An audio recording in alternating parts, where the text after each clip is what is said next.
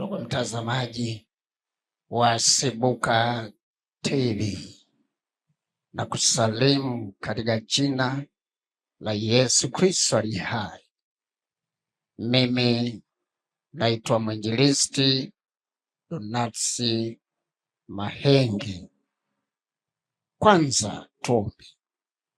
Ee Mungu, nakushukuru Bwana wa mbingu na nchi, wakati tena ulio mzuri kwa watazamaji hawa, nami naamini najua una kusudi hilo jema kwa kila mtu.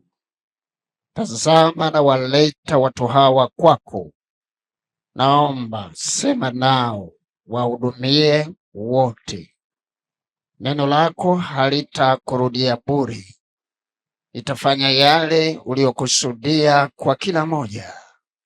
Asante kwa sababu neno lako linajua, neno lako linaona, neno lako li hai, neno lako lina uwezo kuliko vitu vyote.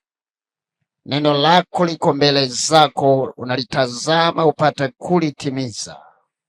Na yeyote atakayeamini neno hili, Bwana kamtendee mema wakati huu, na kushukuru katika jina la Yesu Kristo aliye hai. Amen. Ndugu mtazamaji, kama ilivyo ada yako, na mimi pia tumekutana tena katika kipindi kizuri sana kinachoitwa Kimbilia kwa Yesu.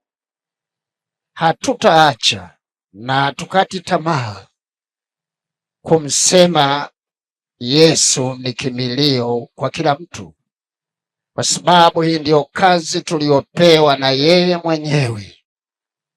Alisema, enendeni ulimwenguni kote, mkaihubiri Injili kwa kila kiumbe, na kila aminiye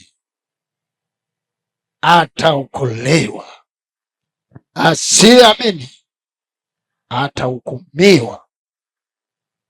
Kwa hiyo ndugu mtazamaji, tumia wakati huu kwamba ni wakati pekee. Si unapoteza wakati, ni wakati muhimu na ni wakati pekee wa kuweza kumruhusu Yesu au kumsimamisha Yesu. Sikusogelei wala sifanye kitu kwako.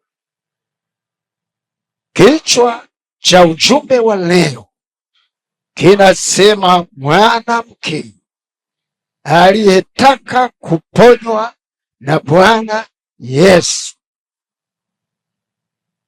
Kwa hiyo mambo ya Mungu ni kuyataka. Unaweza kufanya maamuzi kuto kuyataka. Yesu ni wa kumtaka au wa kuto kumtaka, kwa sababu Mungu amekuachia uhuru. Utumie uhuru wako kumtaka Yesu au la. Sasa nakuletea ujumbe. Huyu mwanamke aliyetaka kuponywa na Yesu, uone tabia yake, uone alichukua hatua gani, alifanya nini ndipo aponywe na Yesu. Alifanya kitu gani, alifanya mambo gani ili hitaji lake litimizwe na Bwana Yesu, ili apokee uponyaji. Alifanya nini? Kutaka kwako kufuatane na hatua na matendo utakayoyafanya. Kama unamtaka Yesu, utaonyesha matendo ya kumtaka Yesu na imani ya matendo kumtaka Yesu. Na kama mtaki Yesu, utaonyesha imani ya kuto kumtaka Yesu inayokwenda pamoja na matendo yake. Hebu sasa nisome kitabu cha Luka mlango wa 8 Nasoma mstari wa 43 mpaka 48.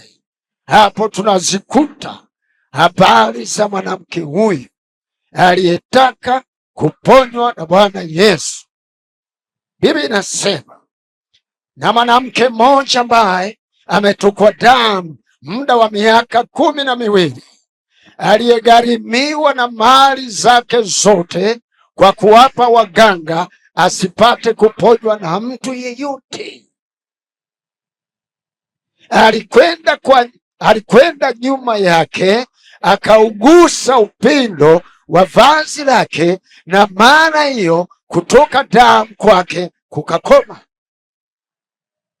Yesu akasema, ni nani aliyenigusa? Basi watu wote walipokana, Petro akamwambia, Bwana mkubwa, makutano haya wanakuzunguka na kukusonga. Yesu akasema, mtu alinigusa, maana ninaona ya kuwa nguvu zimenitoka.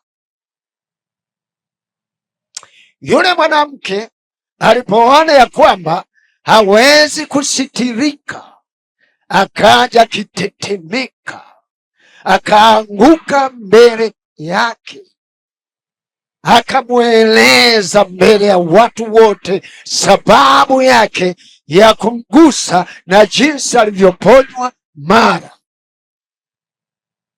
Akamwambia, binti, imani yako imekuponya, enenda zako kwa amani. Huyo ni Yesu alimwambia mwanamke, enenda zako kwa amani. Hawezi kumwambia mtu aende zake kwa amani wakati anaumwa, wakati yeye ana mateso, wakati yeye ana vifungo, wakati yeye bado ni mbeba mizigo.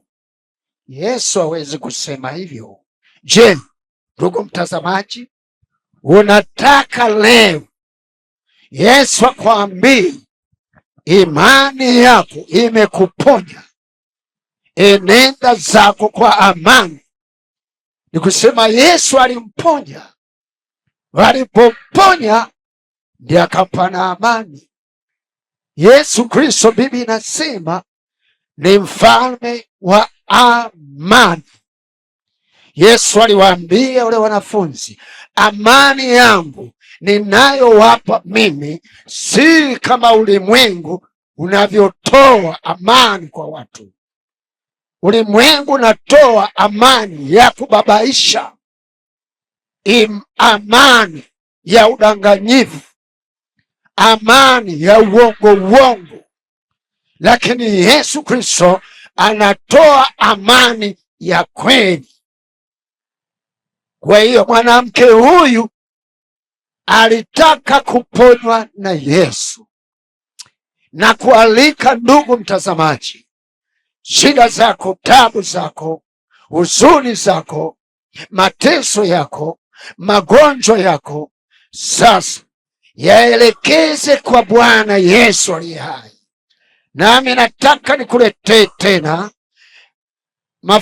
nikueleweshe awali ya yote, tangulizi. Unielewe katika utangulizi, unielewe katika hubiri ya mwanzo, na ndipo utajua hata kule mwisho wake. Sasa nikusomee Zaburi ya 44 mstari wa 5 mpaka mstari wa 6. Biblia inasema, kwa nguvu zako tutawaangusha watesi wetu, kwa jina lako tutawakanyaga watupingao. Maana sitautumainia upinde wangu, wala upanga wangu hautaniokoa. Huyo ni mtunga Zaburi. Maneno haya yalimjia mwanamke huyu aliyekuwa amesumbuka miaka 12. Ni muda mrefu. Biblia inasema alitoa gharama zake zote. Alibadilisha nyumba kuwa fedha, alibadilisha shamba kuwa fedha, alibadilisha nguo kuwa fedha, alibadilisha kila kitu kuwa fedha, ili aweze kuwapelekea waganga waweze kumtibu. Lakini hakuponywa na mtu yeyote, hakuponywa na mtu yeyote. Siko kinyume na tiba ya hospitali, siko kinyume. Hata mimi mwenyewe naweza kwenda hospitali. Niliwahi kwenda hospitali mara kadha wa kadha, nimeenda nikawapelekea kuumwa kwangu madaktari wanaopima mahabara, wanaotoa tiba, wanaopima kwenye CT scan, wanaokusikiliza kiutaalamu, na kisha wana huruma na upendo, na wanatoa tiba. Na serikali zote duniani zinatibu watu wake. Sema amen. Lakini leo nakuletea ujumbe. Inawezekana shida yako, ugonjwa wako umeshindikana hospitali. Uwe umeshindikana au hujashindikana, Yesu Kristo anaweza. Lakini uko ugonjwa mbaya, ugonjwa wa roho ambao ni dhambi. Biblia nasema huyu aligharamia sana, lakini hakupona. Huo ugonjwa wa roho yako, huo ugonjwa wa roho yako ambao ni dhambi, hata ugharamie, umegharamia sana, nao huchapona. Yesu Kristo leo anakujia akuponya ugonjwa huo tokea zamani. Kiwa mtu mzima na fahamu zako umetumikishwa na ugonjwa huu, lakini Yesu Kristo leo atakuweka huru. Kama unataka Yesu akuweke huru na ugonjwa wa dhambi yako na ugonjwa wa roho yako, unatembea lakini ni mgonjwa ndani, ni msomi lakini ni mgonjwa ndani, una afya nzuri lakini ni mgonjwa ndani, ni mgonjwa ndani, unaumwa ndani, ni mgonjwa ndani yako, roho yako ni mgonjwa. Lakini Yesu Kristo hashindwi. Ukimwamini atakuponywa ugonjwa wako wote wa ndani. Ndani yako ni mgonjwa. Kwa hiyo ndani ni mgonjwa mwingine na nje ni mgonjwa. Lakini Yesu Kristo akamwambia yule mwanamke, imani yako imekuponya, enenda zako kwa amani. Awali yoyote mwamini Yesu. Ukimwamini Yesu, ndipo Yesu anatumia imani hiyo hiyo kukuponya magonjwa yako yote, kukusamehe dhambi zako zote, kukuondolea magonjwa yako ya roho yote, kukuweka huru kabisa kabisa. Yesu Kristo. Huyu mtunga Zaburi anasema hivi, sitatumainia upinde wangu. Huyu mwanamke alifika mahali aliacha kutumainia juhudi zake na bidii zake, akageuka akasema, nitakwenda nyuma ya mkutano na nitagusa pindo la vazi wake, mimi ninaamini nitapona. Ukianza kutumainia vitu vingine, Yesu anakuacha. Ukianza kutumainia na kuamini na kutegemea vitu vingine ambavyo vimeshindwa kukuponya, vimeshindwa kukusaidia, huwezi kupokea uponyaji kwa Yesu. Huwezi kufunguliwa leo. Sasa nisikilize, ugonjwa wako ni ugonjwa, siri yake utaijua leo. Siri ya ugonjwa wako haujakutoka na hautakutoka kwa njia yoyote. Unisikie, siri yake ni hii: Nasoma kitabu cha Kutoka mlango ule wa 17 kuanzia mstari wa 8. Biblia inasema hivi, wakati wa Amaleki wakatokea wakapigana na Israeli huko Refidimu. Biblia inasema Musa akamwambia Yoshua, tuchagulie watu ukatoke upigane na Waamaleki. Kesho nitasimama juu kilele kile, na ile fimbo ya Mungu nitakuwa nayo mkononi mwangu. Basi Yoshua akafanya kama Musa alivyomwambia, akapigana na Amaleki, na Musa na Haruni na Huri wakapanda juu ya kilele cha kilima. Biblia inasema ikawa Musa alipoinua mkono wake, Israeli walishinda, na alipoushusha mkono wake, Amaleki walishinda. Sikiliza, lakini mikono ya Musa ilikuwa mizito, basi wakatwaa jiwe wakaliweka chini yake, akalikalia. Haruni na Huri wakaitegemeza mikono yake, mmoja upande huu na mmoja upande huu. Mikono yake ikathibitika hata jua lilipokuchwa. Sikiliza, Yoshua akawaangamiza Amaleki na watu wake kwa upanga, kwa ukali wa upanga. Full stop. Biblia inatuambia hivi, wakati ule maadui wakainuka ili kupigana na Israeli, ujue adui amekuinukia, amepigana na wewe siku zote ili kuwa ufe kwa ugonjwa huo, lakini kwa rehema na neema ya Mungu bado unaishi. Biblia inasema wakainuka ili wapigane na Israeli, lakini Musa alijua wale Amaleki, nyuma ya Amaleki yuko nani? Alijua nyuma ya Amaleki yuko Shetani, adui wa Israeli. Na ndio Biblia inasema, Musa anasema, kesho tapanda juu ya mlima, halafu mimi na fimbo ya Mungu nitakuwa mikononi mwangu.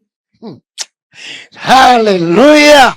Biblia inasema Joshua akakusanya majeshi, akaenda kuwapiga Amaleki, akapanga majeshi yake kuwapiga Amaleki. Biblia inasema hivi, nisikilize, Musa na yeye mlimani akaanza kuwapiga Amaleki katika ulimwengu wa roho.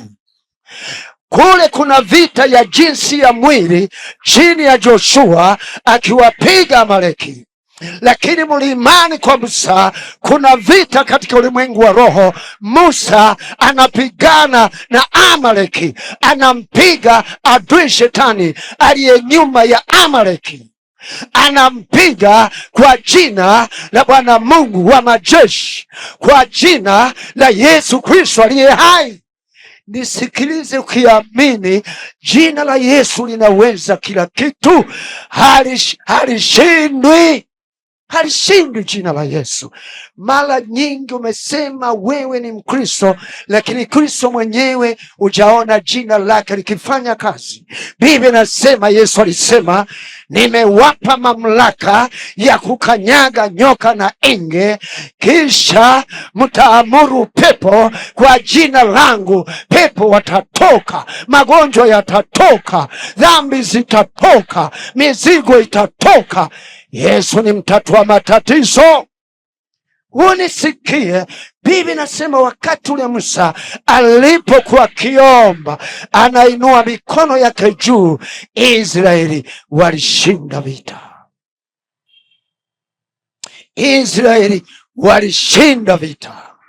Alipokuwa amechoka sasa, Misaa imeenda, amechoka. Aliposhusha mikono yake, ndipo tunasoma Amaleki wakaanza kuwashinda Israeli, kuwashinda Israeli. Wanajaribu kutumia silaha na nguvu, wanakuta wanafukuzwa na maadui, wanapigwa mishale na adui. Amaleki anataka kuwateketeza, kuwamaliza. Baadaye Musa anainua tena mikono yake, Amaleki wanakimbizwa Amaleki wanateketezwa. Usikie, kuna siri katika maombi. Mimi siombi kwa jina la mtakatifu fulani, naomba kwa jina la Yesu Kristo aliye hai. Basi ni jina la Yesu tu peke yake. Sasa ile siri inasema hivi, wakati Musa ni wa mikono akiomba, Israeli walishinda. Aliposhusha walishinda. Kachukua mawe, tegemeza huku, tegemeza huku. Huri na Haruni wakainua mikono ya Musa. Musa aliendelea kuomba. Biblia inasema mwisho wake Amaleki wakaangamizwa kwa makali ya upanga. Makali ya upanga yako kwa Yesu juu ya adui yako. Makali ya upanga hayako kwenye dini, kwenye dhehebu. Makali ya Yesu, makali ya juu, makali sana yako kwenye jina la Yesu.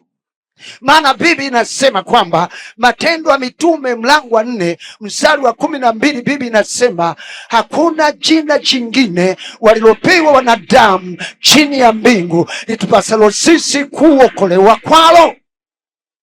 Umeliachia wapi jina la Yesu? Liruhusu jina la Yesu leo. Liamini jina la Yesu leo. Acha kutumainia upinde wako. Acha kutumainia nguvu zako. Acha kutumainia wanadamu. Acha kutumainia manabii na mitume. Acha kunitumainia mimi hapa. Litumainie jina la Yesu. Haleluya, haleluya, haleluya. Kwa sababu nini nasema simtumainie mimi? Kwa sababu mimi sikufa kwa ajili yako. Sikuteswa kwa ajili yako. Sikutumwa na Mungu kwa ajili yako. Mimi nimetumwa na Bwana Yesu nibebe injili nikuletee wewe. Maana injili hawakupewa malaika, tulipewa sisi wahubiri wa injili. Tumepewa injili sisi wahubiri wa injili. Sasa nisikilize, wakati sasa Musa wameshinda. Sikiliza ndugu mtazamaji, unaumwa magonjwa uponi, huelewi kitu gani kinakutesa, hujui siri ya magonjwa hayo, unafikiria wameniloga, unafikiria ni wadudu fulani wa ugonjwa. Hakuna ugonjwa usio na uhai. Kila ugonjwa una uhai. Huo uhai umetoka wapi? Kwa Shetani. Na uhai hiyo utaondolewa kwa jina la Yesu. Siri ya ugonjwa wako huijui. Unaishi maisha ya kushindwa na kukata tamaa, kuishi kwenye dhambi. Hujui siri yake ni nini. Hujui kwa nini unaishi huko. Wakati fulani unajilaumu, wakati fulani unajifyonya, wakati fulani umejikatia tamaa, wakati fulani umejikataa mwenyewe. Na wewe uliyejikataa mwenyewe, leo hii inuka, geuka, njoo kwa Yesu. Kama mwanamke huyu alivyogeuka akasema, nitakwenda nyuma ya mkutano, alafu nitagusa pindo la vazi lake kimya kimya, na mimi nitapona. Na mimi nitapona. Yesu Kristo ni Mwokozi na ni mponyaji wa watu. Sasa nisikilize, nikuletee tena upate kujua. Nisome kitabu hiki tena, nisome tena kitabu hiki, ufahamu ujue. Soma kitabu cha Kutoka mlango ule wa 14 na mstari wa 13 na soma. Biblia inasema hivi, Musa akawaambia watu, msiogope, simameni tu mkauone wokovu wa Bwana atakaowafanyia leo, kwa maana hao wa Misri mliowaona leo hamtawaona tena milele, hamtawaona tena milele. Biblia inasema Bwana atawapigania ninyi, na ninyi mtanyamaza kimya. Utanyamaza kimya katika imani. Nyamaza kimya katika imani ya kumwamini Yesu ni Mwokozi, akuokoe leo, akuweke huru leo. Yesu Kristo ni yeye yule jana na hata milele. Musa alisimama mbele watu waliokata tamaa, mbele watu wenye hofu, mbele ya watu wanaotaka kurudi Misri, mbele ya watu ambao wanataka kumpiga mawe Musa. Wanasema, hivi wewe hakukuwa na makaburi kule Misri, umetuleta huku tufie jangwani sisi na watoto wetu, una maana gani? Alisimama mbele watu waliokata tamaa. Na neno hili, ndugu mtazamaji, limekujia leo. Uliyekata tamaa, ugonjwa wako umetibu na kutibu na kutibu na kutibu, mwisho unanuka madawa, mwisho madawa yamekuharibu. Na kitu kingine kibaya, umetembea kwa waganga na waganga na waganga. Mwaka jana alikuwa anahubiri hivi visibuka. Baba mmoja kutoka Malawi akanipigia simu, nikapokea simu yake. Naona akaniambia, mchungaji, mimi nimesikia neno la Mungu kwa kinywa chako, sasa nimeamua kuokoka, nisaidie nifanye nini? Nikamwambia, kama ulivyosikia ninavyohubiri katika TV, si umeamini? Akasema ndio. Nikasema, sasa na kuongoza sala ya toba ili Mungu akusamehe dhambi zako na kisha akuponya magonjwa yako yote. Yule baba akasema, ninaamini, naomba nisaidie. Alafu akasema, nimetembea kwa waganga wa kienyeji, waganga na waganga na waganga na waganga, nimemaliza fedha zangu, lakini kwa neno hili nililolisikia ninaamini Yesu ataniponya. Nikamwombea, Yesu alimponya. Ni zamu yako leo, ni zamu yako leo. Cha kwanza, utake kubadilika ndani. Yesu Kristo anataka mtu anayeamua kubadilika ndani kwanza. Mungu yule Yesu Kristo ninayemhubiri mimi sio yule wa Mungu wa mitume na manabii anayesema we umelogwa, anayekuloga ni fulani, we ulizaliwa kwenye laana. Sijui wakati unazaliwa walichukua kitovu wakaweka pale, wanahubiri kuponywa tu, wanahubiri uponyaji tu. Nina mashaka na uponyaji unatoka kwa Mungu yupi? Yule Mungu aliyeumba wanadamu akamtuma Yesu Kristo. Unisikie kwanza, nashughulika na magonjwa ya ndani ya moyo na roho ya mtu. Mungu gani anaona mateso ya mtu katika mwili, asione dhambi za mtu, asione vifungo vya mtu vya roho yake? Huyo Mungu tunampiga X, tunamkataa. Sio Mungu wa Biblia hii, ni Mungu fake, sio Mungu wa kweli. Unisikie sasa. Basi yule mtu nikamwombea, akafunguliwa, akawa huru. Yesu Kristo ni yeye yule jana na leo na hata milele na milele. Sikiliza, nije sasa. Kwa nini nakuhubiri ujumbe huu?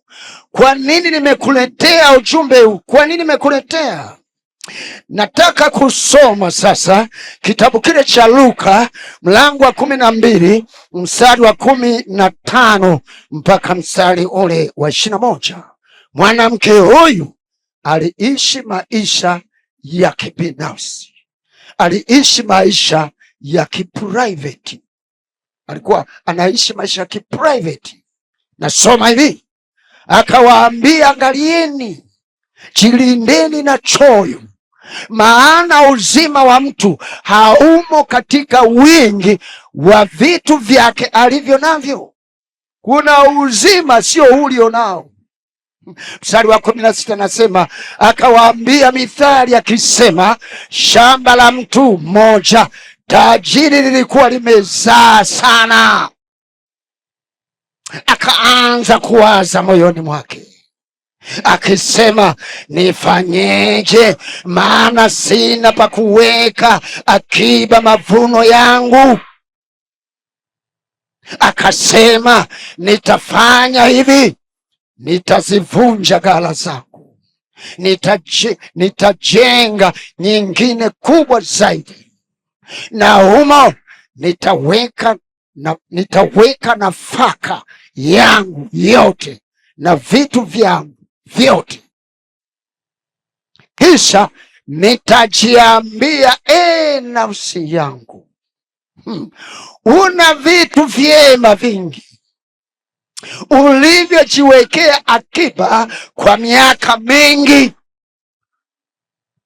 Kwa miaka mingi, hasemi milele, anasema miaka mingi, hasemi milele na milele. Anasema ataiambia nafsi yake, pumzika basi, ule unywe ufurahi. Sikia Yesu anavyosema, sikia Bwana Yesu anavyosema.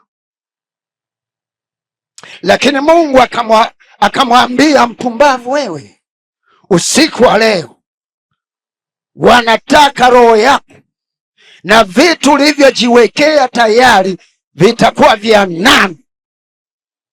Vitakuwa vya nani? Anasema ndivyo alivyo mtu ajiwekeaye nafsi yake akiba.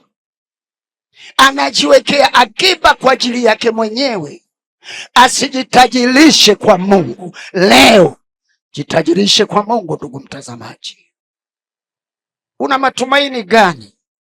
Unatumaini kitu gani? Unategemea kitu gani? Kwa maneno haya Yesu anatuambia hivi, hakuna uzima wa milele katika vitu hivi vya dunia hii, hakuna.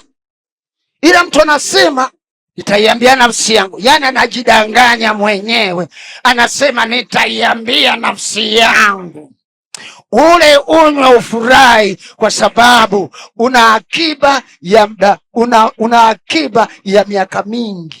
Hasemi una akiba ya milele na milele. Njoo kwa Yesu leo upate akiba upate akiba ya uzima wa milele na milele na milele. Pate uponyaji mkamilifu. Huyu alikuwa hawazi juu ya Mungu, hafikiri juu ya Mungu. Je, ndugu mtazamaji, huwa unawaza juu ya Yesu Kristo? Huwa unafikiri lolote juu ya Yesu Kristo? Huwa unawaza baada ya kufa utakuwa wapi? Huwa unawaza baada ya kuondoka duniani utaishi wapi milele na milele? Wengi wana vitu, lakini wote tunaacha vitu duniani. Zaburi nasema hakuna mtu yeyote awezaye kuondoka na kitu chochote duniani hapa, hakuna. Na hakuna msaada katika hivyo vyote, hakuna. Utajenga majumba utayaacha, utakusanya mali utaacha, utakuwa na cheo kizuri cha heshima utaacha, tutakuzika kwa heshima na kukuombea sana, lakini mbinguni hutaingia. Maana hakuna sala ya kuokoa mtu baada ya kufa. Hakuna msamaha wa dhambi baada ya kufa kwako. Msamaha wa dhambi ni leo ukiwa hai. Wokovu ni leo ukiwa hai. Kujipatia uzima wa milele ni leo ukiwa hai. Kubadilishwa na kugeuzwa ni leo ukiwa hai. Watu walioshindwa, hawana imani, wanasema tutaokoka kule mbinguni, tutaokoka baada ya kufa. Maandiko hawajui, imani hawana, wanaambukiza mashaka hata na kwako. Walishakuambukiza miaka mingi, wamekupa kutokuamini miaka mingi, umeponzwa, umekoseshwa na kiongozi wako wa dini. Mimi nasema kama vile hali ya kuhani ilivyo, ndivyo atakavyokuwa watu wake. Wewe si wa yule unayemjua? Si unafanana naye? Naye mlevi na wewe mlevi, hajaokoka na wewe hujaokoka. Hana ushindi wa dhambi na wewe huna ushindi wa dhambi. Anakunywa pombe na wewe kunywa pombe. Ni mchawi na wewe ni mchawi. Alivyo yeye ndivyo na wewe ulivyo. Mfuga majini, wewe unafuga majini. Anategemea mashetani na wewe unategemea mashetani. Ulishauzwa bila gharama. Ndugu, geuka leo. Uzima uko kwa Yesu Kristo aliye hai. Haleluya! Yesu Kristo ni Mwokozi. Yeye ana uwezo wa ajabu sana. Uwezo wake haupingwi. Neno la Kigiriki linaonyesha uwezo wake, linaitwa dunamis. D-U-M-I, dunamis.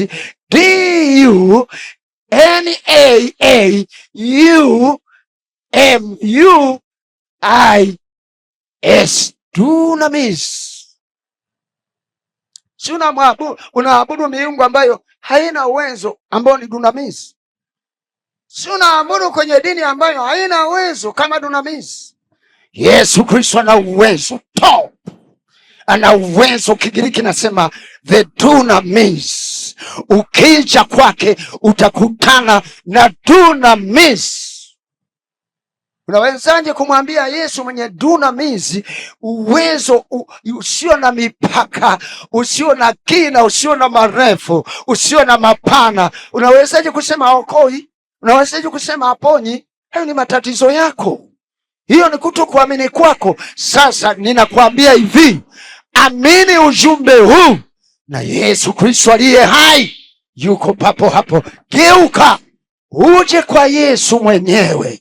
Yule akasema, sitamwambia mtu. Usimwambie mkeo wala mmeo wala shangazi wala binamu wala mtoto wala yeyote. Njoo kwa Yesu kimya kimya leo. Mpe Yesu maisha yako, kabidhi mizigo yako, na yeye Yesu ni pumziko lako.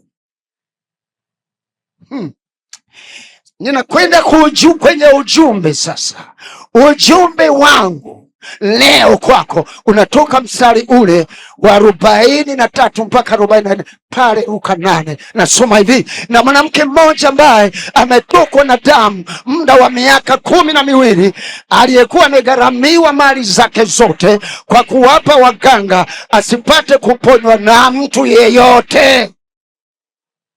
Mstari wa 44, alikwenda nyuma yake akagusa upindo wa vazi lake, na mara hiyo kutoka damu kwake kukakoma. Ujamjia Yesu ili tatizo lako likome. Zije nyakati za kuburudika sasa, za kuburudika sasa, za kuwekwa huru sasa. Njoo kwa Bwana Yesu. Yule aliamua, kasema, alijisemea mwenyewe ndani. Hakujadiliana na rafiki, hakujadiliana kama alikuwa na mume, hakujadiliana na mume. Kama kulikuwa na ndoa ilishakufa na alishatengwa, kama ulivyotengwa, kama ulivyodharauliwa, umeuguzwa, wamekuchoka, wamekuacha. Lakini Yesu leo kwa jina lake utainuliwa na Yesu mwenyewe. Watu wanakudhalau, wanasema muathirika huyo. Wanakudhalau, wanasema tumemsaidia Saidiki, tumepoteza mali zetu, haponi. Unaona, wamekudhalau, wamekuacha, wamekuchoka, umejitenga mwenyewe. Magonjwa yamekutenga, dhambi zimekutenga, umekuwa ni mtengwa, umeathirika ndani, mwisho umejikataa mwenyewe. Na mtu aliyejikataa mwenyewe kama wewe msikilizaji, nataka nikwambie hivi, mtu aliyejikataa mwenyewe akijitazama mwili hajiamini, akijitazama miguu hajiamini. Anaweza akakimbia hata kivuli chake, anaweza akakimbia hata mwangwi wa sauti yake. Naona alijikataa mwenyewe. lakini akajisemea ndani. Imani ni kusema sema. Ukianza kusema siokoki, na hutaokoka. Ukisema hakuna wokovu, ni hivyo hivyo. Ukisema moyoni mwako, nataka kwenda kwa Yesu, mimi niokoke, nimechoka, Yesu ni Mwokozi, siwezi kuishi maisha ya kibinafsi, na mwendea Yesu awe kiongozi wangu, awe Mwokozi wangu, awe Mungu wangu, awe mponyaji wangu, awe Bwana wangu. Unajisemea semea. Yale unayosema yakitoka ndani ya moyo wako, Yesu anayasikia na Yesu anafanya. Siku moja Mungu alipita akienda Sodoma na Gomora, kuangamiza Sodoma na Gomora. Akapita kwa Ibrahimu, rafiki yake Ibrahimu. Ibrahimu akapokea wale watatu, na miongoni mwao alikuweko Bwana Yesu mwenyewe. Sikiliza, Biblia inasema Ibrahimu akawapokea wale watatu, akawapokea vizuri. Leo mpokee Bwana Yesu. Kwa nini usiwe na ukarimu wa kumpokea Yesu? Umekuwa ukipokea makahaba, umekuwa na ukarimu wa ukahaba. Huko barabarani kwenye main road kuna madalali. Nilishangaa, nikasema wanadamu walipofika ni kiwango kibaya.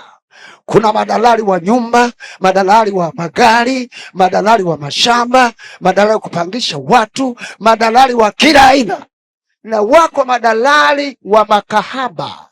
Anapiga dereva, anapiga simu dereva, alo, umepata safari, uko wapi? Dar es Salaam. Ndio. Unaenda wapi? Kongo. Saa je, utakuwa na hitaji la mwanamke? Utakuwa na hitaji ya dem? Wewe unaitwa ni dem tu, una heshima. Utakuwa na hitaji la dem? Anasema ndio, niwekee. Anaenda anabuku. Sasa mimi nimeshaongea Dar es Salaam, anaonyesha picha, huyu hapa. Je, si utakuwa tayari kwenda naye Kongo? Si utakuwa tayari? Niko tayari. Ndiyo, kesho kutwa napita hapa. Amesharusha, amenipatia, na wewe amekupatia za awali. Usimtafute mtu mwingine, amekupatia hii 20,000 au 10,000. Kwa hiyo mwanamke anakaa pale Nyororo, anakaa Mafinga, anakaa Iringa mjini, anakaa Makambako, anakaa kule Mbeya, anakaa Msamvu, anakaa Morogoro. Anang'ang'aa macho, yuko pale anasubiri kahaba wake anakuja. Akija amempigia simu, nimeshafika. Yule anampigia, tayari mtu wako amefika.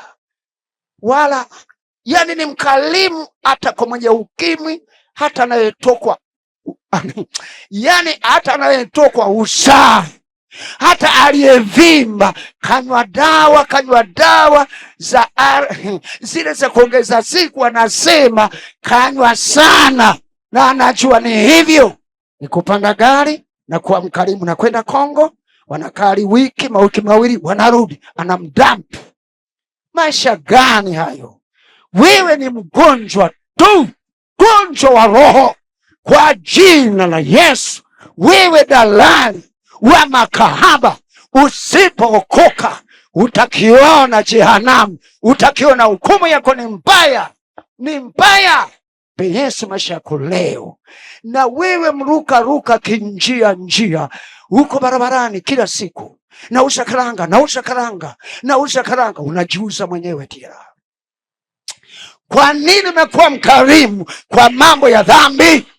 Kwa nini usiwe mkarimu kwa Yesu Kristo akupatie zawadi ya thamani kuliko zawadi zote?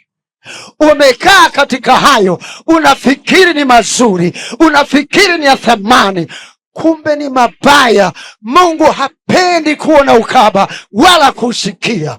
Mungu hapendi kuona magonjwa wala kuyasikia. Mungu hapendi kuona hayo yanayokusumbua wala kusikia wala kuyaona. Yeye ni mtakatifu, hapendi kuona pepo wala kusikia pepo. Lakini umefuga majini, unatembea nayo kiunoni, na mengine uliumezeshwa kule kwa mganga wa kienyeji, ulimezeshwa tayari. Una Mungu gani wewe? Ili jirekebishe, chukua hatua ya kugeuka, uje kwa Yesu aliye hai. Sikiliza nikusomee andiko lingine sasa. Haleluya! Bwana ni mwaminifu mno, Bwana ni wa rehema. Bibi nasema, Yesu akasema, ni nani aliyenigusa? Basi watu wote walipokana, Petro akamwambia, Bwana mkubwa, makutano haya wanakuzunguka na kukusonga, unauliza hilo? Lakini Yesu akasema, kuna mtu amenigusa tofauti, amenigusa. Nimeiona nia yake, nimeiona imani yake. Kumbe watu wengi walikuwa namzunguka Yesu, hawana imani juu ya Yesu. Wanamsikiliza, wanamwangalia, lakini hakuna aliye na imani kama mwanamke huyu. Uwe na imani ya kuokoa roho yako, uwe na imani ya kuokoa nyumba yako iliyodidimia, uwe na imani ya kuokoa mwili wako. Umechoka, mwili umechoka, umekonda kwa magonjwa, umekonda kwa HIV, umekonda kwa jini limekukalia jini, mashetani yamekukalia, shida zimekukalia, dhambi zimekukalia, zimekukondesha ndani, umekonda. Njoo kwa Yesu Kristo, umguse leo, na yeye anasema imani, atakwambia imani yako imekuponya. Nenda zako kwa amani, nenda zako kwa amani. Utatoka kwa Yesu ni full, umetosheka. You are contented, umetosheka ndani. Huna haja na dunia tena, huna haja na mambo ya shetani na shetani mwenyewe. Shetani tutakuwa umemshinda, umetosheka na Yesu. Huna haja na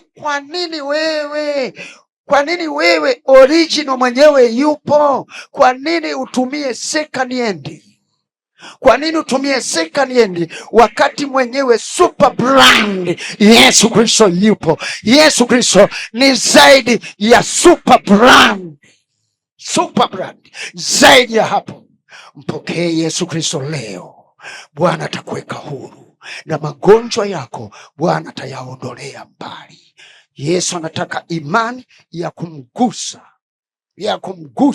ya kusema stop na surrender kwake. Stop, sina nyongeza, na piga breki kwake, sina mwingine, breki kwake.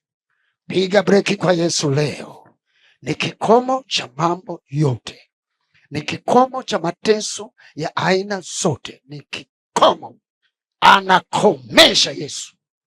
Sasa napokwenda kumaliza ujumbe huu, ninakusihi nisikie haya yafuatayo. Najua umeamini, na kwenda na wale wanaoamini tu. Najua umeamini. Sasa chukua hatua, geuka. Wewe unayegeuka, fuatisha sala hii. Ni sala pekee, na Mungu wa mbinguni atakurehemu sasa, takuweka huru sasa, takuponya kabisa. Anaanza ndani, na mimi nataka Bwana Yesu umruhusu aanze ndani na moyo wako, roho yako. Wale wote ambao unapenda Yesu ayaweke huru maisha yako leo, siwe mfungwa tena. Funika macho yako, rudia maneno haya, ni sala maalum. Samehewe dhambi zako, funguliwe kabisa, wekwe huru. Funika macho yako, fuatisha maneno haya, sema: Bwana Yesu, mwana wa Mungu, ulijitoa kwa ajili yangu, uhai wako uliutoa kwa ajili yangu, damu yako ulimwaga kwa ajili yangu. Yesu Kristo, mwana wa Mungu, ninaamini unanipenda, ninaamini unanijali, ninaamini unanithamini. Ninaamini maneno haya ni yako, na mimi nimesikia. Ninaomba nisamehe dhambi zangu zote, lifute jina langu kwenye kitabu cha mauti, andika jina langu kwenye kitabu cha uzima. Nifanye kuwa mtoto wako, leta uzima ndani yangu. Mimi ni mgonjwa wa roho yangu na moyo wangu. Niondolee magonjwa ndani ya moyo wangu, nifungue, niweke huru. Bwana Yesu, nakukaribisha wewe ndani yangu, na uwe Bwana na Mwokozi wa maisha yangu. Yesu Kristo, mwana wa Mungu, nimejitoa kwako, na mkataa shetani na kazi zake zote na matendo yake yote kwa jina la Yesu. Wewe shetani, mimi nimeamua, mimi sio mali yako, na kuamuru toka kwangu kwa jina la Yesu. Toka kwangu. Yesu Kristo, mwana wa Mungu, ulisema kila atakayeliitia jina lako ataokolewa. Asante kunisamehe, asante kuniokoa, asante kuniweka huru, asante kunitoa katika maisha ya mzigo wa dhambi na ufungwa wa dhambi. Na kushukuru Yesu, mwana wa Mungu, asante kunipa uzima wa milele. Nipe amani yako, niishi kwa amani yako ndani yangu, niishi kwa amani yako ndani ya maisha yangu. Nipe uzima wa milele. Asante Kristo, umenitendea mema, na kushukuru katika jina la Yesu, amen. Nakuja kwa wewe unayeumwa. Inawezekana umetubu tayari, lakini unaumwa, na kuombea pia. Hata wewe ambaye unaumwa, sijui pale ulipo, leo unawekwa huru kabisa, unawekwa huru. Sare ya leo ni tofauti, ni tofauti. Sasa funika macho yako, weka mkono wako pale penye shida, pale penye tatizo. Weka sasa, weka ni tumboni, miguuni, kichwani, popote weka. Alafu Yesu Kristo, yeye anafanya kazi yake. Naomba kwa ajili yako. Yesu Kristo, mwana wa Mungu, sifa ni zako Bwana. Wewe utukuzwe. Watu wanapoumwa hupewi sifa. Watu wanapokuwa wamepagawa pepo, majini, mashetani, mapepo kabila zote, jina lako halisifiwi, halipewi sifa. Lakini unapoondoa pepo kwa watu, jina lako linapewa sifa. Jina lako linaonekana lina faida. Jina lako linafurahiwa na watu wote, kwa sababu ni jina pekee. Yesu Kristo, mwana wa Mungu, jina lako halipewi sifa wakati watu hawa wamefungwa na magonjwa namna hii, wanaomba miaka na miaka, wanateswa magonjwa mazito na mepesi ya namna zote. Bwana, jina lako halisifiwi wakati mtu hana macho ya kuona, wakati mtu yeye ni kiziwi. Jina lako halipewi sifa. Bwana Yesu, mtu anapotumikishwa na dhambi, jina lako halipewi sifa, hakuna utukufu. Sasa leo naomba jipatie utukufu juu ya maadui wao, jipatie utukufu na sifa zako Bwana. Watu hawa walisifu jina lako, waseme Yesu Kristo kweli ni mwana wa Mungu, waseme Yesu Kristo kweli amefufuka yu hai, waseme Yesu Kristo kweli anaweza, kweli ni mponyaji, kweli ni mwokozi. Mwokozi, sasa na kuomba ponye kila mtu kwa jina lako Yesu, mweke kila mtu kwa jina la Yesu. Naamuru magonjwa yote mtoke, nguvu za giza mtoke kwa jina la Yesu. Aina zote za vifungo na mateso mtoke.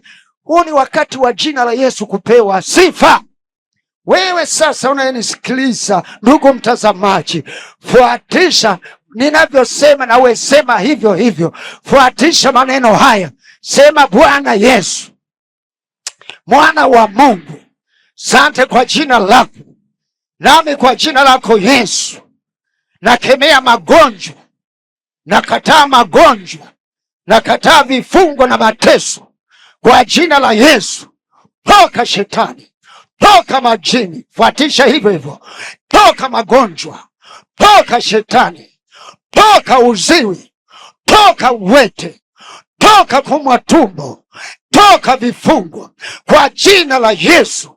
Wewe majini umekaa kwangu sasa, kwa jina la Yesu, toka majini, toka mashetani, toka upofu, toka uziwi, toka ukimwi, toka kisukari, toka mateso, toka vifungo vyote kwa jina la Yesu. Na kuamuru toka shetani, niache huru katika jina la Yesu.